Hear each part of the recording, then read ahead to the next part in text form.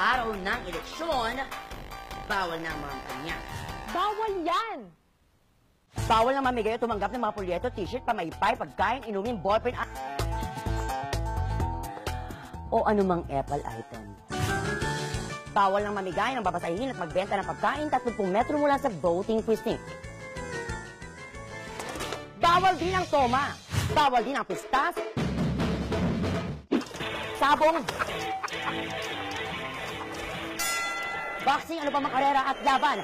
Bawal din pagpustahan kung sinong mananalo sa eleksyon. Ano to? Ending? At kapag buboto, bawal ilabas ng presinto ang balota, ballot security folder, marking pen at voter's receipt. At kayong mga vain, no selfie while voting. At huwag din mag-selfie habang bumoboto. Bawal din kunan ng litrato ang balota. Walang take two sa boto. Ano to? Taping? At lalong bawal bumoto ang hindi rehistrado. Layas! Flying voter.